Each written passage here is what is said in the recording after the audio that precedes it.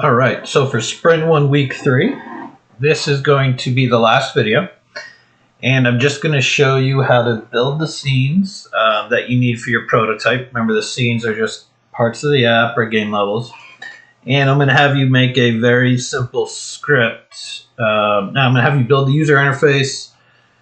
And then I'm going to have you make a very simple script so that the buttons actually work.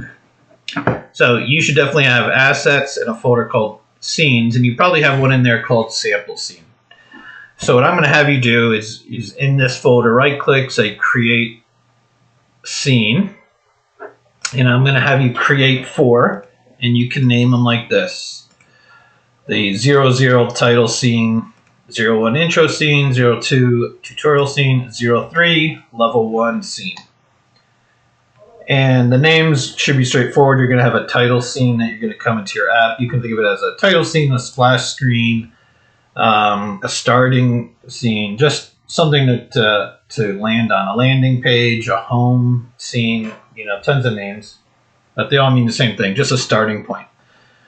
Intro scene, that's where all the research stuff's going to go. The tutorial scene is we're going to make a tutorial to train the user on the interactions and what the point of the app or experiences, and a level 1 scene, the actual playable level 1. Now, normally what I do is make the level first, and once the level is done to whatever specs for the first iteration, the rough prototype, or low fidelity prototype, then I'll be like, okay, what does the user need to know to be able to play the level? And then I'll make the tutorial.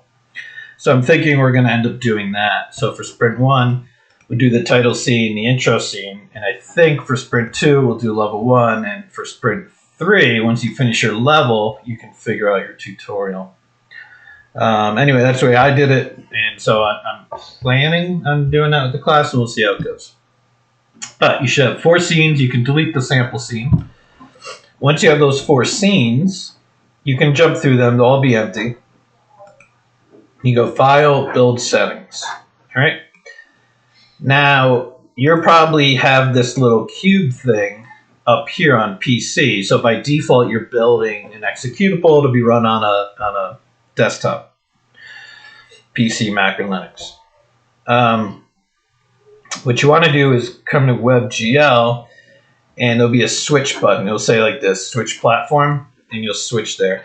If you don't have WebGL installed, it'll say WebGL not installed. Do you wish to download it? Either you can download it here, or you can go back. Remember I showed you in Unity Hub, you can go into your Unity installs, click on the Unity version you want, click on those 3 dots for options, click add module, and then add the WebGL module.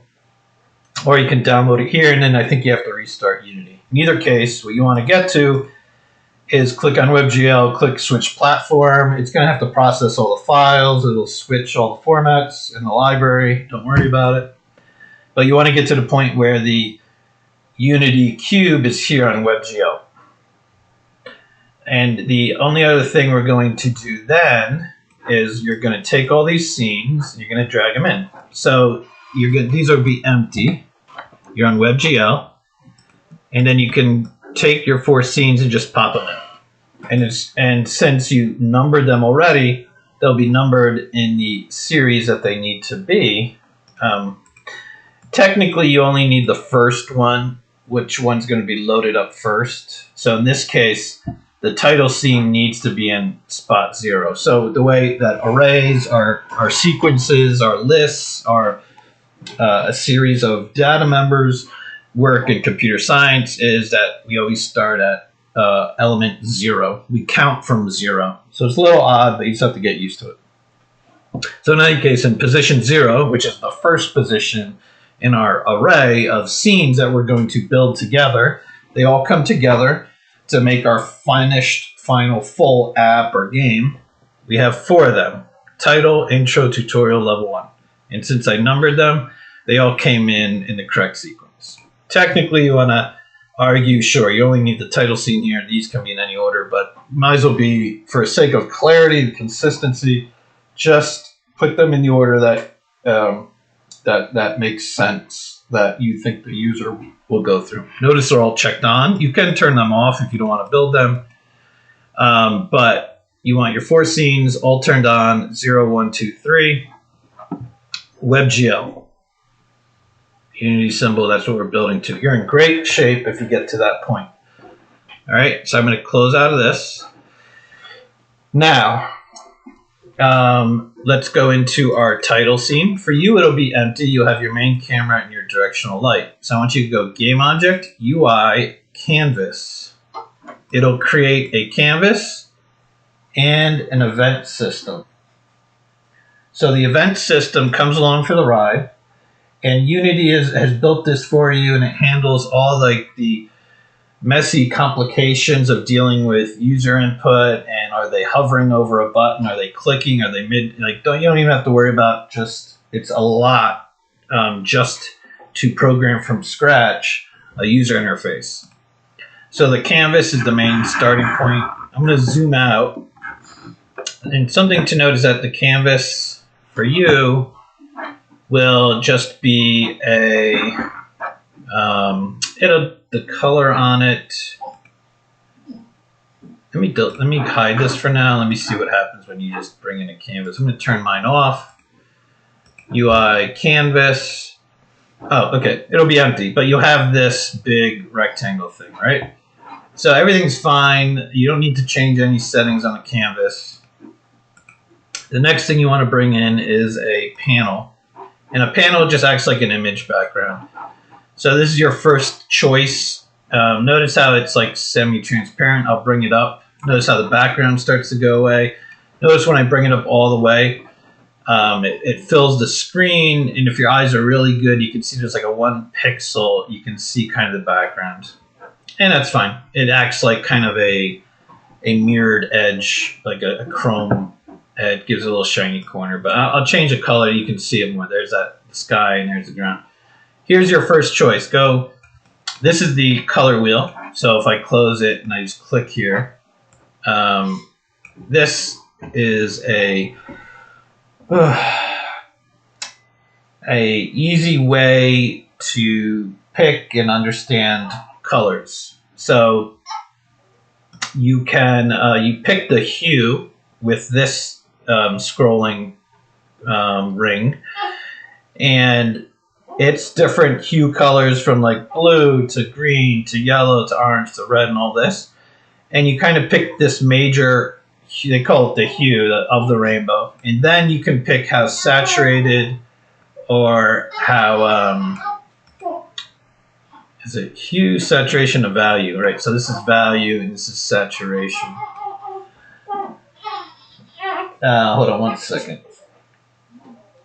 Sorry. Tending to the baby as I do this video. So down here we have RGB. A is alpha, how transparent something is. 4 values. Color is a vector 4. A vector is a series of floats. So normally vector 3 for XYZ for space, a vector 4 for color, vector 2 for just a X and a Y, and so on. A float, you don't really have a vector 1, it's just a float. So you think of it as arrays or lists of floats. This is a vector 4. So you can use this thing to try and pick colors. And this is like the major color. So you're going to pick the color for the theme for your game, your app. But I did want to say, well, you're going to switch out of RGB, red, green, blue. So that's how the main primary colors are picked out for computer graphics. For printers, it's CMYK. Was it cyan? I don't know if I'm saying it right.